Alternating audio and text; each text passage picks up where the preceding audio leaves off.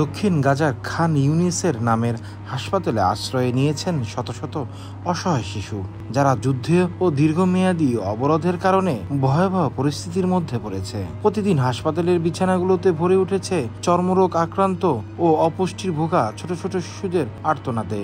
চিকিৎসকরা জানিয়েছেন, নিয়মিত খাদ্য, বিশুদ্ধ পানি এবং পর্যাপ্ত ওষুধের অভাবে এই পরিস্থিতি দিনে দিনে আরও গুরুত্ব আকার ধারণ করেছে। অবরোধের কারণে গাজায় খাদ্য ও ওষুধ সরবরাহ প্রায় বন্ধ হয়ে গেছে। শিশুদের জন্য প্রয়োজনীয় দুধ, ভিটামিন এবং পুষ্টিকর খাবার এখন দুষ্প্রাপ্য। ফলে অধিকাংশ শিশুর তীব্র অপুষ্টিতে ভুগছেন।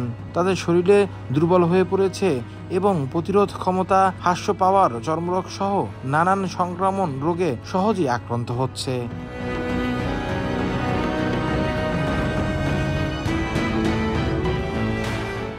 নাসের হাসপাতালের কর্মকর্তা এক চিকিৎসক বলেন, আমরা প্রতিদিন অসংখ্য শিশুকে ভর্তি নিচ্ছি। কারো শরীরে চামড়ায় ক্ষত, কারো সারা শরীরে ঘা, আবার কেউ চরম অপুষ্টিতে অচেতন অবস্থায় আনা হচ্ছে। চিকিৎসক সেবার জন্য নাসের হাসপাতালের উপর চাপও এখন চরমে পৌঁছেছে। সীমিত ওষুধ ও সরঞ্জাম দিয়ে তারা প্রতিনিয়ত জীবন বাঁচানোর লড়াই চালাচ্ছেন। হাসপাতালের কর্তৃপক্ষ জানিয়েছে, আন্তর্জাতিক সহায়তা ছাড়া এই সংকট কাটিয়ে ওঠা সম্ভব নয়।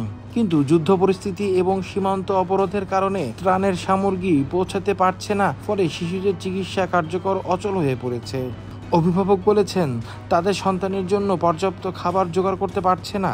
দিনের পর দিন অনেক শিশু শুধু শুকনো রুটি কিংবা অল্প কিছু পানি খেয়ে বেঁচে আছে। এ অবস্থায় তাদের শরীরের প্রয়োজনীয় পুষ্টি পৌঁছাচ্ছে না। ডাক্তাররা সতর্ক করেছেন, যদি দ্রুত আন্তর্জাতিক সহায়তা না আসে তবে আগামী দিনে আরও বড় মানবিক বিপর্যয় দেখা দিতে পারে।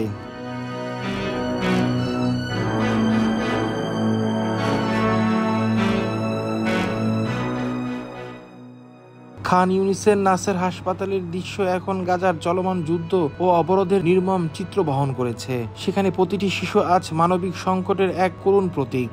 তীব্র ক্ষুধা, রোগব্যাধি আর অবহেলার মধ্যে তারা লড়ছে জীবনের জন্য। যেখানে শৈশবের হাসি কান্না থেমে গেছে, বদলে এসেছে কষ্টের অসহায় ছবি।